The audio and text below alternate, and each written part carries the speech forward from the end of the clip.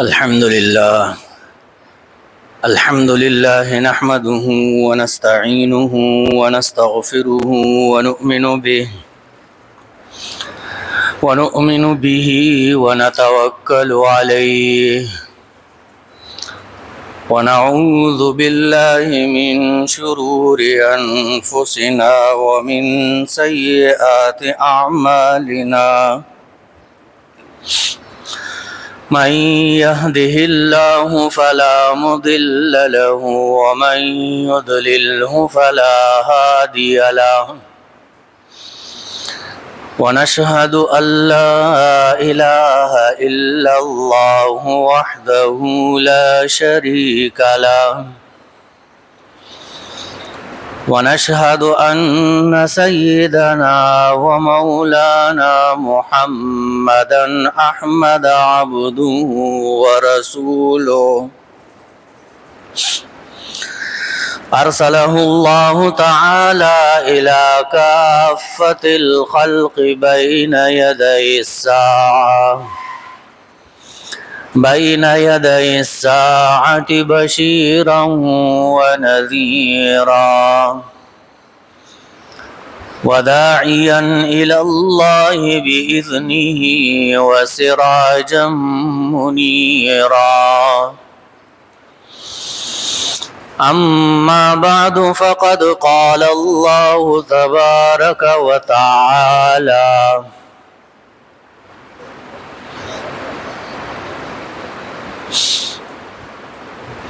وما خلقت الجن والإنس إلا ليعبدون وقال الله تبارك وتعالى وذكر فإن الذكرى تنفع المؤمنين صدق الله العظيم وصدق رسوله النبي الكريم ونحن على ذلك لمن الشاهدين والشاكرين والحمد لله رب العالمين. قابل قدر بزرگوں، محترم دوستوں اور ساتھیوں، اللہ تبارک و تعالی نے انسان کو تمام تر حقائق بیان کر کے دین کی اور ایمان کی رہنمائی عطا فرمائی ہے۔ ایک طرف انسان کی اپنی حقیقت ہے اور دوسری طرف انسان کے ارد گرد ماحول اور تمام تر موجودات اور اس کے ساتھ وابستہ تمام تر ذوات، اس کی بھی اللہ تبارک و تعالی نے حقیقت بیان فرمائی ہے۔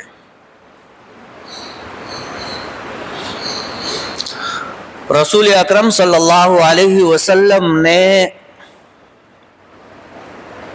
حدیث میں یہ ارشاد فرمایا ہے کہ ایک انسان کی دنیا کے ساتھ محبت یہ انسان کو ہر قسم کی خطا اور گناہ کے لیے آمادہ کر لیتا ہے۔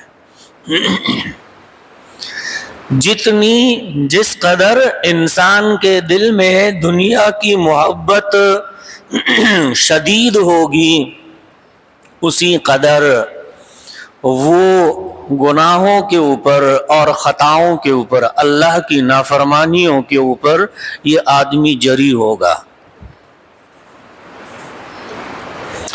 حدیث مبارکہ کے الفاظ ہے، حب الدنیا رأس کل خطیئۃ۔ انسان کا دنیا کو چاہنا اور اس کے دل کے اندر دنیا کی چاہت، یہ ہر خطا اور ہر گناہ کا جڑ بیان کیا گیا ہے۔ گویا کہ یہ ابتدا ہوتی ہے ایک انسان کی خطاؤں کی طرف نکلنے کی اور گناہوں کی طرف چلنے کی۔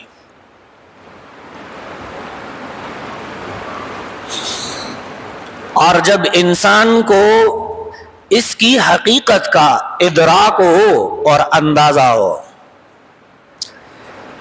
ایک تو انسان کی اپنی ذات وہ فانی ہے، زندگی انسان کی کیسے گزر جاتی ہے اس کا پتہ بھی نہیں چلتا ہے۔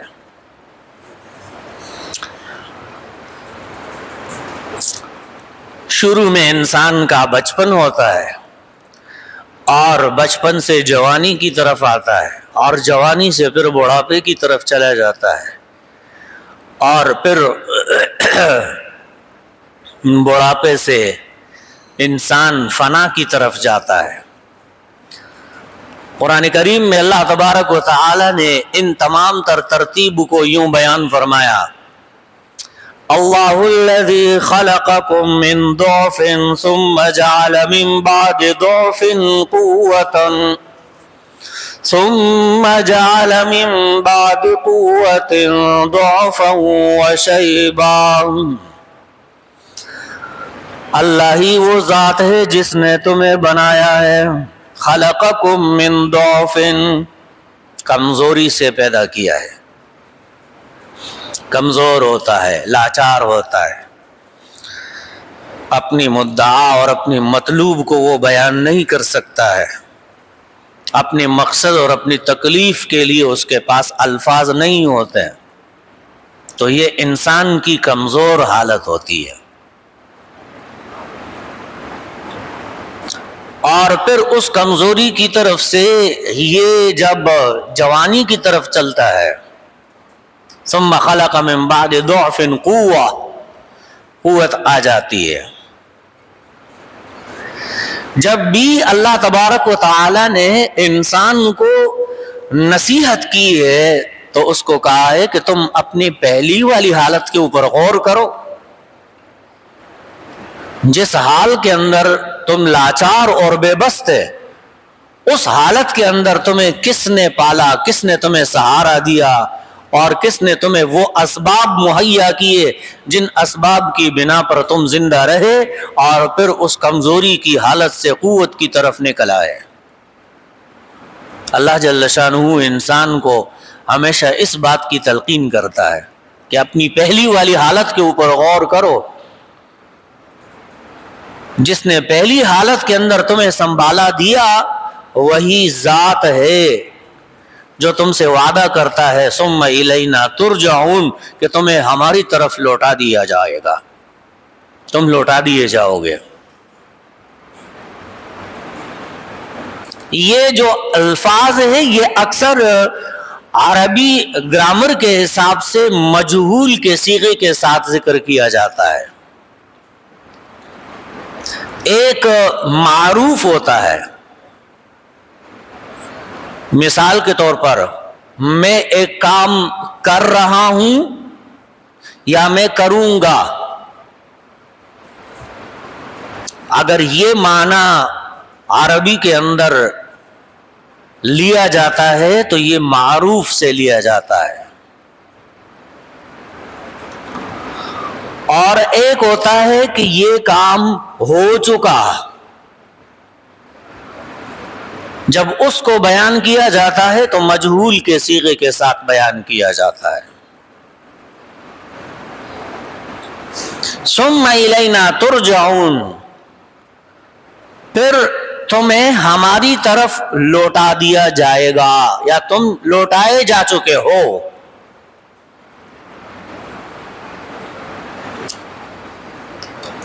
یہاں پر اللہ تبارک و تعالی نے فاعل کا ذکر نہیں کیا ہے۔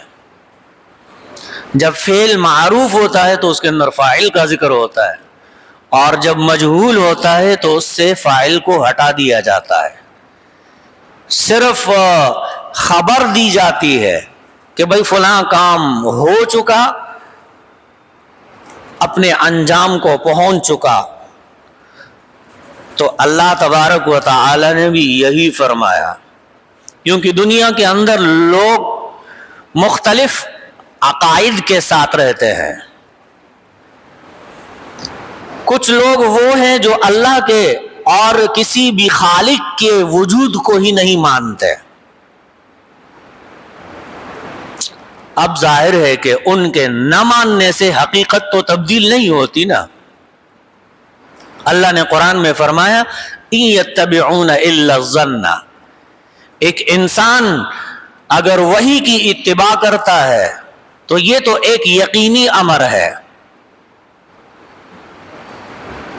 عقلی طور پر ثابت شدہ ہے، عقلی طور پر ثابت شدہ ہے کہ ایک انسان جس کا وجود دنیا کے اندر وقوع پذیر ہوا ہے، اس کو ایک مقصد دیا گیا ہے، اس کو بندگی کے احکامات دیے گئے ہیں. یہ بات تو سمجھ میں آتی ہے، لیکن یہ بات سمجھ میں ہی نہیں آتی کہ ایک انسان خود بخود سے پیدا ہو گیا اور اس کی زندگی کا کوئی مقصد ہی نہیں ہے. یہ بات سمجھ میں نہیں آتی، یہ عقل کے بھی خلاف ہے. مختلف عقائد کے ساتھ لوگ زندگی گزارتے ہیں دنیا کے اندر، مختلف عقائد ہوتے ہیں. تو وہ جو خالق کے وجود کا انکار کر دیتے ہیں، قرآن کہتا ہے إِن يَتَّبِعُونَ إِلَّا الظَّنَّ، یہ صرف اپنی گمان کی اور اپنی سوچ کی پیروی کرتے ہیں. اس آیت کے اندر بہت بڑا سبق ہے، اور وہ سبق کیا ہے؟ وہ سبق یہ ہے کہ جب بھی انسان وحی سے تجاوز کرے گا، جب بھی انسان اللہ کے احکامات سے تجاوز کرے گا تو اس کے پاس کوئی دلیل نہیں ہوگی سوائے اس کے اپنے اندازوں کے. وہ صرف اپنے اندازوں کی پیروی کرتا ہے. پھر لہذا جو لوگ اللہ کے ذات کے اور وجود کے منکر ہیں، ان کے پاس کوئی دلیل نہیں ہے. اس بات کے لیے ان کے پاس کوئی دلیل نہیں ہے سوائے ان کے اندازوں کے. وہ اندازے بیان کرتے ہیں کہ ایسا ہوا اور پھر ایسا ہوا پھر ایسا ہوا اور یہ پورا کائنات وجود میں آیا. تو یہ صرف ان کے اندازے ہیں. اسی طرح اللہ کو چھوڑ کر کسی بت یا کسی غیر کی بندگی اختیار کرنا، یہ بھی صرف اپنے اندازوں کی پیروی ہے. اس میں بھی حقیقت نہیں ہے، کیونکہ دلیل تو ان کے پاس نہیں ہے کہ اللہ نے کسی سے کہا ہو کہ تم بتوں کی عبادت کرو. قل اتنبئون اللہ بما لا يعلم في السماوات ولا في الارض. اللہ قرآن میں کہتا ہے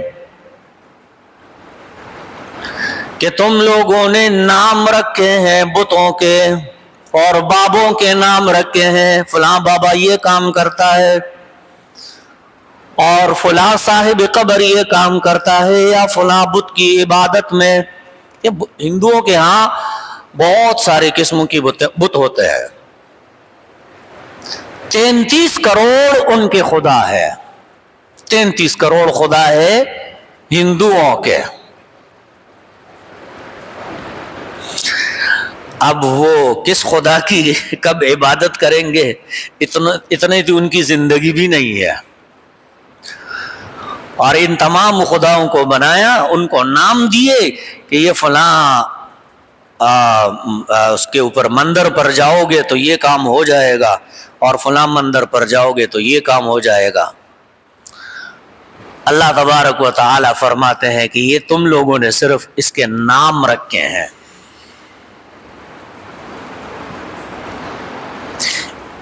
ان ہی الا اسم سمیتموها انتم وآباؤکم ما انزل اللہ بها من سلطان.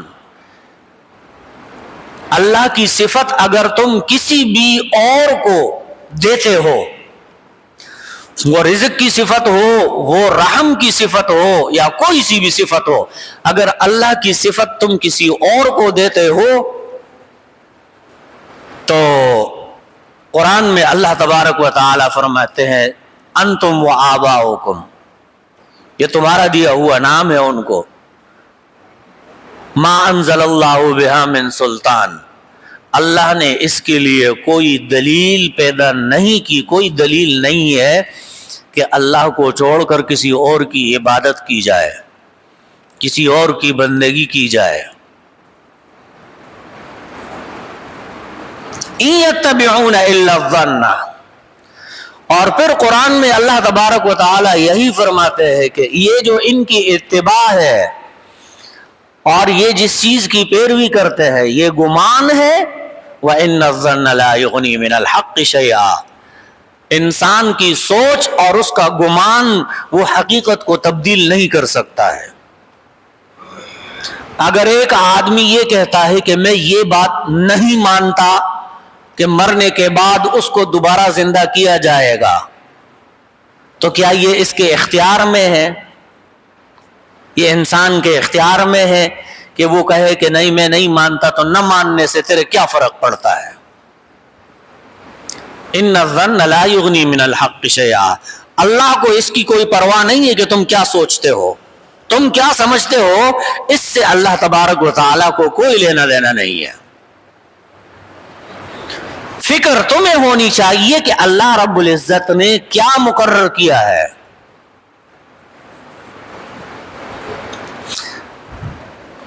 تو لہذا اللہ رب العزت نے انسان کو حقیقت بتا دی ہے کہ انسان کا وجود ہی فانی ہے، اور ایک کمزور کیفیت سے انسان آ جاتا ہے ایک قوت والی کیفیت کی طرف، ایک جوانی کی طرف آ جاتا ہے۔ شاب الصغیر وافنى الکبیر،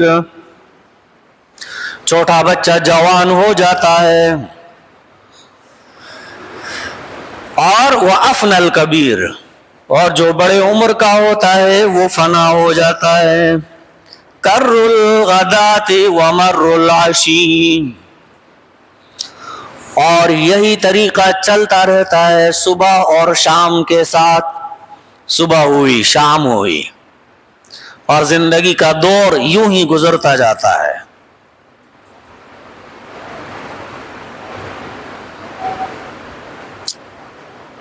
قرآن میں اللہ رب العزت نے فرمایا وَذَكِّرْ فَإِنَّ الذِّكْرَىٰ تَنفَعُ الْمُؤْمِنِينَ، جو لوگ ایمان لانا چاہتے ہیں اور جو لوگ اللہ کے احکامات کے اوپر عمل کرنا چاہتے ہیں، آپ ان کو نصیحت کیجیے، کیونکہ آپ کی نصیحت سے ان کو فائدہ ہوگا۔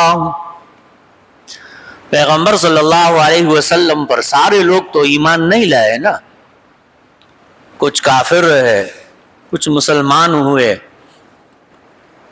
اور کچھ درمیان میں رہے، نہ کافر تھے نہ مسلمان تھے۔ کافر اس لیے نہیں کہا جاتا ان کو کہ وہ مسلمانوں کے ساتھ جب ملتے تھے تو کہتے تھے انا معکم،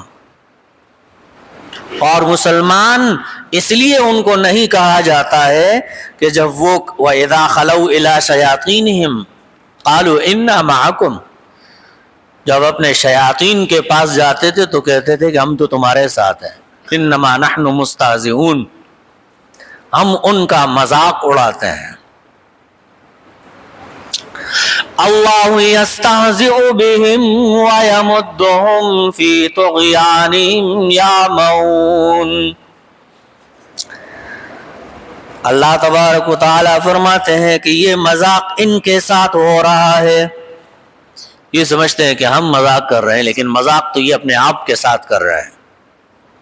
وَيَمُدُّهُمْ فِي طُغْيَانِهِمْ يَعْمَهُونَ، اور باوجود کفر کی طرف جانے کہ اللہ رب العزت ان کو زندگی دے دیتے ہیں تاکہ ان کو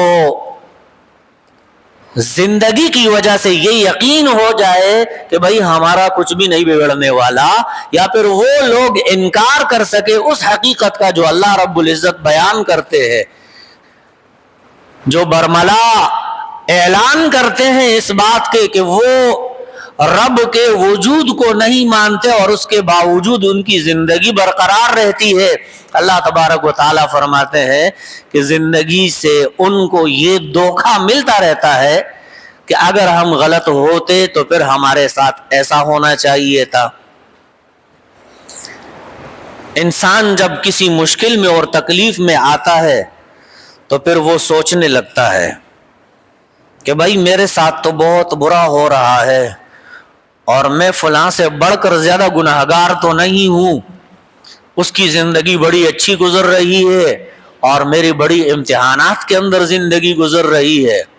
تو یہ آدمی اپنے اندازے لگاتا ہے، اور اللہ فرماتا ہے کہ یہ سب کچھ یہ اس لیے ہے تاکہ تمہیں آزمایا جائے۔ اللہ قرآن میں فرماتے وَمَا خَلَقْتُ الْجِنَّ وَالْإِنسَ إِلَّا لِيَعْبُدُونَ، انسان اور جنات دونوں کو میں نے بنایا ہے تاکہ وہ میری بندگی کرے۔ اللہ کی بندگی کیسے کی جاتی ہے؟ اللہ کی بندگی یوں کی جاتی ہے کہ جس وقت جو حکم اللہ کا انسان کو مخاطب کرے اس کے اوپر عمل کرے۔ بندگی صرف یہ نہیں ہے کہ نماز پڑھ لیا تو یہ اللہ کی بندگی ہو گئی، نہیں، نماز تو بندگی کا ایک حصہ ہے۔ جب آپ گھر میں جاتے ہیں تو گھر کے اندر داخل ہونے میں اللہ کی بندگی کیا ہے، گھر کے اندر رہنے کے اندر اللہ کی بندگی کیا ہے، گھر کے معاملات کے اندر اللہ کی بندگی کیا ہے، جب تم باہر نکلتے ہو تو اس وقت اللہ کی بندگی کیا ہے، تمہارے ارد گرد پڑوس میں جو لوگ رہتے ہیں ان کے ساتھ تمہارا لین دین اور معاملات کیسے ہونی چاہیے، اس میں اللہ کی بندگی کیا ہے۔ انسان کی زندگی صبح سے لے کر شام تک، جاگنے سے لے کر سونے تک، یہ سب کے سب اللہ تبارک و تعالی کی بندگی میں آتا ہے کہ جو حکم اللہ کا جس وقت آ جائے اس کے اوپر عمل کرنا، تو یہ اس نے اللہ کی بندگی کر لی۔ اور اگر ہم صرف نماز پڑھیں اور پھر باہر نکلے اور پھر ہم کہیں کہ اب تو ہماری اپنی زندگی ہے، اب ہم جو چاہیں کریں، اگر ہم یہ سوچتے ہیں تو اس کا مطلب یہ ہے کہ ہم نے صرف ایک حکم میں اللہ کی بندگی کی ہے، تمام احکامات میں ہم نے اللہ کی بندگی نہیں کی۔ لیکن اللہ جل شانہ فرماتے ہیں کہ مجھے انسان اور جنات سے پوری کی پوری بندگی چاہیے۔ ما اريد منهم من رزق وما اريد ان يطعمون، اللہ فرماتے ہیں تم میرے بندے ہو، لیکن دنیا کے اندر جو بندے ہوتے ہیں ان سے تو رزق کا مطالبہ ہوتا ہے، میں تم سے رزق کا مطالبہ نہیں کرتا۔ اللہ کسی سے رزق نہیں مانگتا کہ مجھے کھلاؤ۔ ان اللہ هو الرزاق ذو القوة المتین، اللہ تبارک و تعالی ہی وہ ذات ہے جو سب کو رزق بھی دیتا ہے اور تمام تر قوتوں کے مالک ہے۔ جس طرح ہم نے پچھلے جمعے اعلان کیا تھا کہ انشاءاللہ العزیز کوشش رہے گی کہ 2 بجے ہم عربی خطبہ شروع کریں، تو ابھی بھی کچھ ٹائم گزرا ہے، لیکن یہ کہ ابھی اس کی اختتام کر لیتے ہیں۔ وآخر دعوانا الحمدللہ رب العالمین۔